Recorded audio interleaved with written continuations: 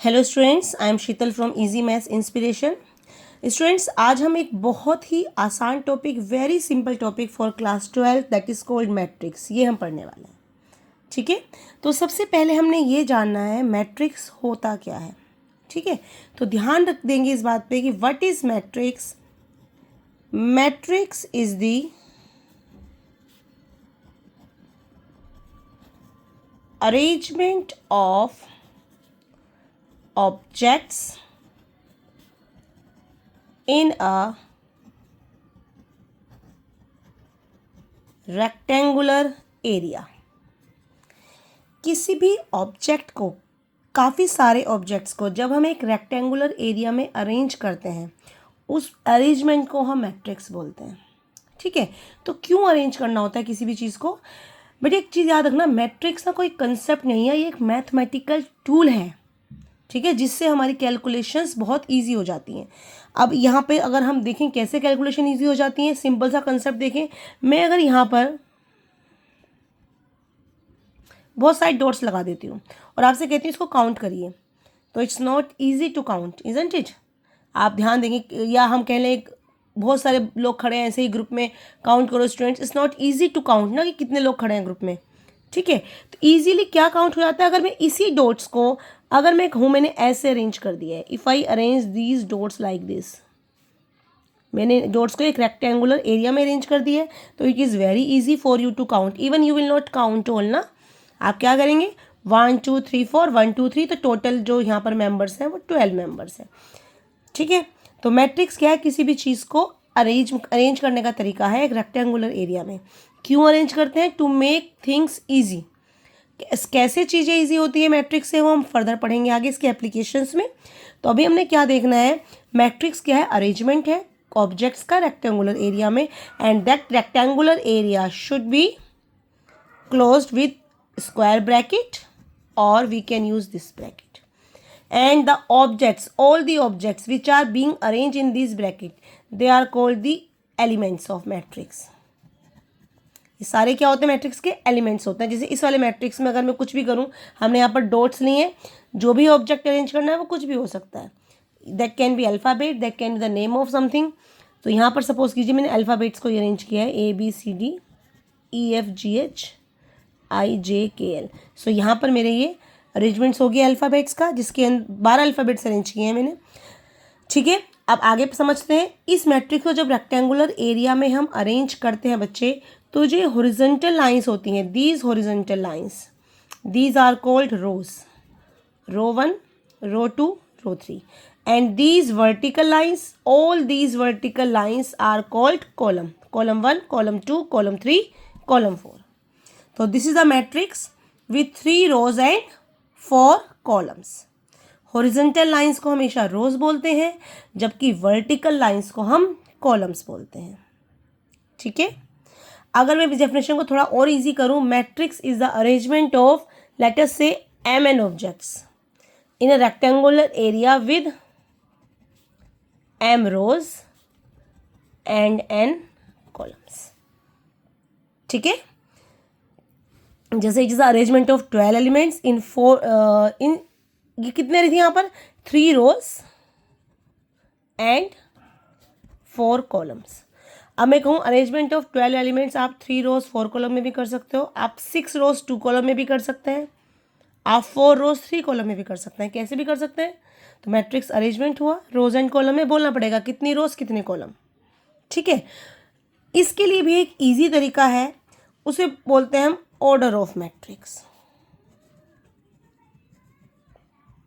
अगर हम ये कहना चाहते हैं किसी मैट्रिक्स में 4 रोज 3 कॉलम है, या 3 रोज और 4 कॉलम्स हैं, तो इसका इजी वे आउट होता है पता लगाने का, लोग बोलना नहीं पड़ेगा, ऑर्डर ऑफ मैट्रिक्स बोलेंगे आप। मैट्रिक्स का ऑर्डर होता है रो बाय कॉलम, पहले हमेशा रो बोलनी है, बाद में हमेशा कॉलम बोलने हैं। जैसे ये, अगर इस मैट्रिक्स की बात की जाए, इसमें कितनी रोज है? 3 रोज, कितने कॉलम्स है? 4, तो बेसिकली इसका ऑर्डर ये वाला नहीं था, क्या है? 3/4 है। यहाँ पर 4 × 3, तो मैंने आपको एलिमेंट्स बताए थे कैसे काउंट करना है।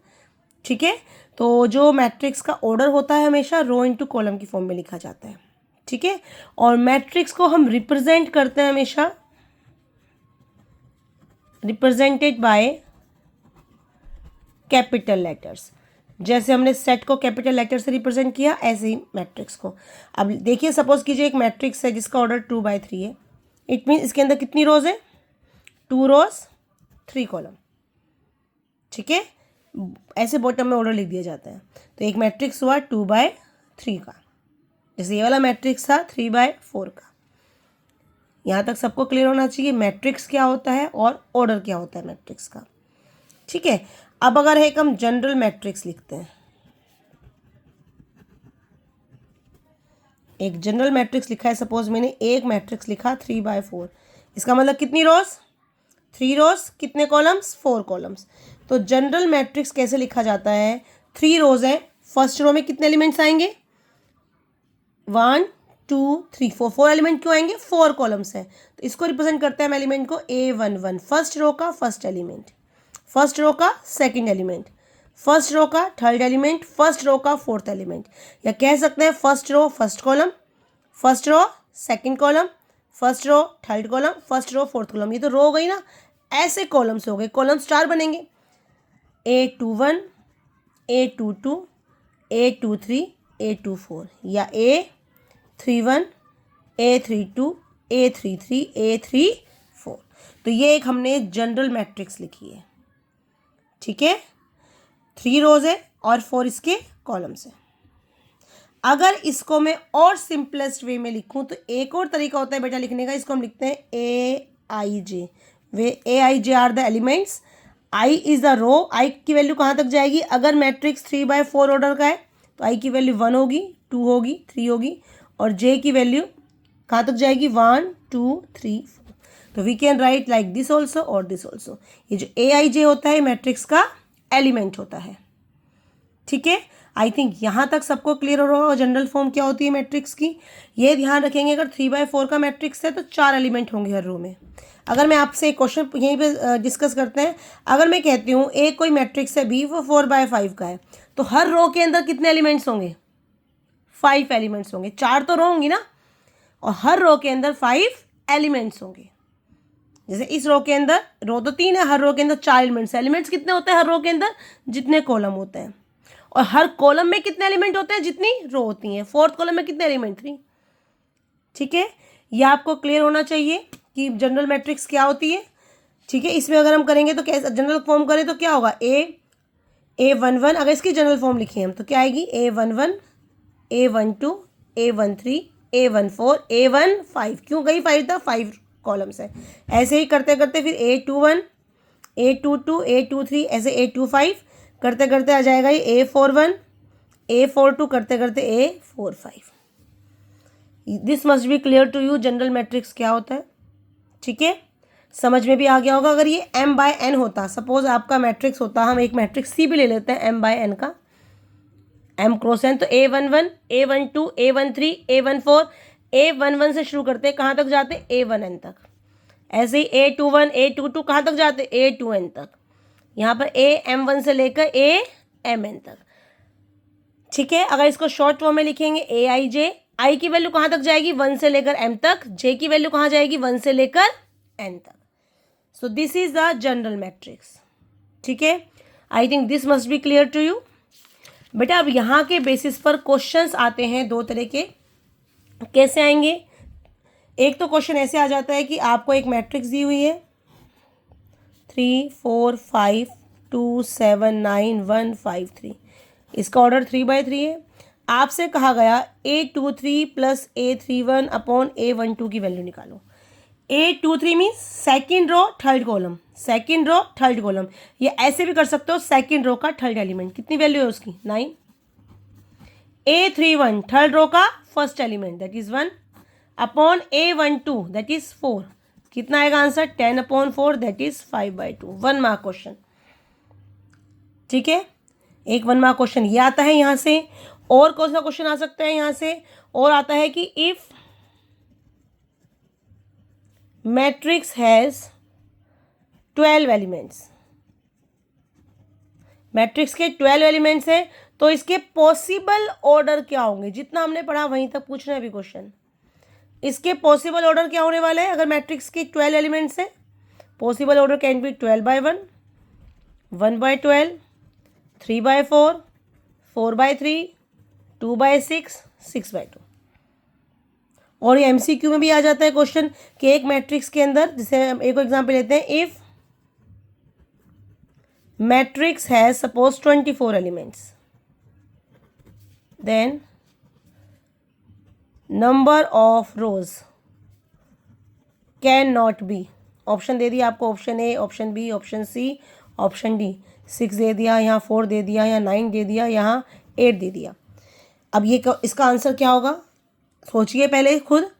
इसका आंसर 9 आएगा। 9 क्यों आएगा, हमने कहा 24 एलिमेंट्स हैं। 24 एलिमेंट्स है तो ऑर्डर क्या होगा, 24/1 होगा, 24 रोज 1 कॉलम। 1/24 होगा तो 1 रो 24 कॉलम। तो यहाँ से 6/4 में 6 रोज हो सकती हैं ना। अगर 4/6 हुआ 4 रोज भी हो सकती हैं। 8/3 हुआ तो 8 रोज भी हो सकती हैं। 9 रोज की कभी नहीं हो सकती कि 9 इंटू समथिंग कभी 24 नहीं आएगा। ठीक है, तो ऐसे क्वेश्चंस आपके MCQ में आ सकते हैं। ठीक है, आपको कंसेप्ट पता होना चाहिए। ठीक, 2 टाइप के क्वेश्चंस आपको बताए। तीसरा टाइप का क्वेश्चन यहाँ तक क्या आ जाता है कि आपको एक मैट्रिक्स दिया हुआ है, सपोज आप कंस्ट्रक्ट करना है एक matrix, construct a matrix of order 2/3। ठीक है, ऐसे 2/3 का एक मैट्रिक्स कंस्ट्रक्ट करना है आपको। ठीक है, where Aij is 2i - j/2, इसका होल स्क्वायर। ये आई थिंक बोर्ड में भी इस टाइप का क्वेश्चन आया था इस बार। तो आपको एक मैट्रिक्स कंस्ट्रक्ट करना है 2/3 का। 2/3 मीन्स 2 रोज 3 कॉलम्स। तो A11, पहली रो में कितने एलिमेंट होंगे, 3 कॉलम्स हैं तो 3 एलिमेंट्स। A21, A22, A23। अब क्या कर लेना है हमने, ये वैल्यूज निकालनी है। Aij की वैल्यू क्या है, 2i - j/2, डायरेक्ट निकालनी है, एक निकाल के दिखा रहे हैं। A11 क्या होगा, i की जगह 1 डालेंगे, j की जगह 1 डालेंगे, 2 × 1 - 1 का whole square upon 2, but it will be 2 - 1 is 1, 1/2 आ गई वैल्यू। तो हमारा मैट्रिक्स 1/2 आया। सिमिलरली A12 निकालेंगे तो कितनी वैल्यू आएगी, डाल के देखिए, 2 × 1 - 2/2, ये होल स्क्वायर 0 आ जाएगी वैल्यू। सिमिलरली मैं A13 निकालूँ तो ये भी 1/2 आ जाएगी, क्योंकि यहाँ 1 डालेंगे, 2 - 3, -1 होता है उसका स्क्वायर भी 1/2 होगा। A21 डालोगे, यहाँ 2 डलेगा, 2 × 2 = 4, 4 - 1 इज 3, 3 स्क्वायर इज 9, तो 9/2 आ गई। A22 निकालिए, यहाँ पर 2 डालेंगे, यहाँ पर भी 2 डालेंगे वैल्यूज, 2 × 2 = 4, -2, 2 आया, 2 का स्क्वायर 4, 4/2 इज 2। फिर A23 निकालिए, 2 × 2 = 4, -3 1, तो यहाँ से ये वैल्यू कितनी आ रही है, 1/2 आ गई। ठीक है, दिस इज द वे। तो अभी आज हमने मैट्रिक्स क्या होता है ये सीखा है। ठीक है, मैट्रिक्स का ऑर्डर क्या होता है ये सीखा है, कैसे क्वेश्चंस आते हैं मैट्रिक्स में से, जनरल फॉर्म सीखी है, और एक और चीज़ सीखते हैं आज। ठीक है, ये 4 चीज़ें सीख के आप एक्सरसाइज अपनी जो बुक की है 3.1 के मोस्टली क्वेश्चंस आप कर पाएंगे। ठीक है, कल हम नेक्स्ट क्लास कंटिन्यू करेंगे, तो उसमें हम types of matrix and operation on matrix सीखेंगे। ठीक है, तो एक और चीज़ हमने सीखनी है, equality of matrix. 2 matrix A और B कब इक्वल होंगे, एक तो तब इक्वल होंगे ऑर्डर सेम होना चाहिए इनका। ठीक है, ऑर्डर सेम होना चाहिए, कोरस्पॉन्डिंग एलिमेंट सेम होने चाहिए। कोरस्पॉन्डिंग मीन्स पर्टिकुलर पोजीशन का एलिमेंट। फॉर एग्जांपल मैंने लिखा है 5 3 2 1, अब यहाँ लिखा 5 3 2 1, 5 यहाँ पहला एलिमेंट A11 5 है, यहाँ भी 5 है, A12 3 है, 3 है, ये अगर मैं साथ में यहाँ 0 1 और डाल दूँ और बच्चे कह रहे हैं ये इक्वल है, तो ये इक्वल नहीं है। हमने क्या कहा, ऑर्डर भी सेम होना चाहिए। अगर यहाँ पे ये एलिमेंट है, यहाँ भी कुछ होने चाहिए थे। ठीक है, और वो सेम ही एलिमेंट होने चाहिए थे। अब मैं लिखूँ 5 3 2 1, यहाँ लिख दें हम 5 3 2 1, क्या अब ये इक्वल है, नहीं, 5 3 2 1 यहाँ है, 5 3 2 1 यहाँ है, लेकिन क्या कोरस्पॉन्डिंग है, ये तो चलो मैच कर रहा है, ये भी मैच कर रहा है, क्या ये मैच कर रहे हैं, यहाँ 3 है तो मुझे यहाँ भी 3 चाहिए बच्चे, तो ये भी इक्वल नहीं है। तो इक्वल मैट्रिक्स कब होंगे, जब यहाँ जहाँ 5 3 2 1 लिखा है इसमें भी 5 3 2 1 वहीं लिखा होना चाहिए। ठीक है, अब इसके बेसिस पर भी क्वेश्चन आते हैं, बहुत आते हैं एग्जाम में। जैसे हम एक क्वेश्चन आपको बताते हैं।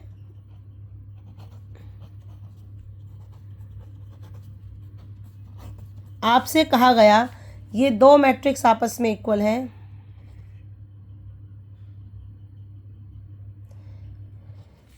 और ये आपका कितनी आएगी यहाँ से वैल्यू 6। अब आपसे इसमें कहा गया फाइंड x एंड y, ये क्वेश्चन आ जाता है। तो x की वैल्यू कैसे निकालेंगे? कोरस्पॉन्डिंग एलिमेंट इक्वेट कीजिए, मैट्रिक्स इक्वल दिए हुए, ये भी 7 है, ये भी 7 है, बिल्कुल ठीक। अब 2x इज इक्वल टू 4, तो x की वैल्यू कितनी आएगी? 2 आएगी। फिर यहाँ से निकालिए 4y प्लस 6 इक्वल टू 22, तो यहाँ से 4y equal to 22 minus 6 will be 16, y will be 4। x की वैल्यू 2 आ गई, y की वैल्यू 4 आ गई। अब यहाँ बच्चे कहेंगे यहाँ से तो निकाल सकते थे मैम, y की वैल्यू यहाँ से भी निकाल सकते हो। x plus Y equal to 6, x की वैल्यू 2 है, तो यहाँ से y की वैल्यू कितनी आ रही है? 4। दोनों जगह से y की वैल्यू सेम चाहिए मुझे। अगर y की वैल्यू दोनों जगह से सेम ना होती तो हम कहते value of y does not exist. या आप ऐसे भी कर सकते हैं, x की वैल्यू आपने निकाली, y की ऐसे निकाली, फिर यहाँ रख के देखो x की वैल्यू 2, y की वैल्यू 4, सेटिस्फाई करना चाहिए। अगर मैं यहाँ 6 की जगह 9 लिख देती बेटा, तो हम कहते ये कभी इक्वल हो ही नहीं सकते। That means value of x and y does not exist. ठीक है, तो इतना हमने पढ़ के रखना है। ठीक है, एक्सरसाइज 3.1 के most of the question you would be able to do now. Exercise 3.1 करेंगे अपनी एनसीईआरटी से सब बच्चे। ठीक है, डाउट्स होते हैं हम कल क्लास फिल कंटिन्यू करते हैं, उसमें आप पूछेंगे। Till then bye students.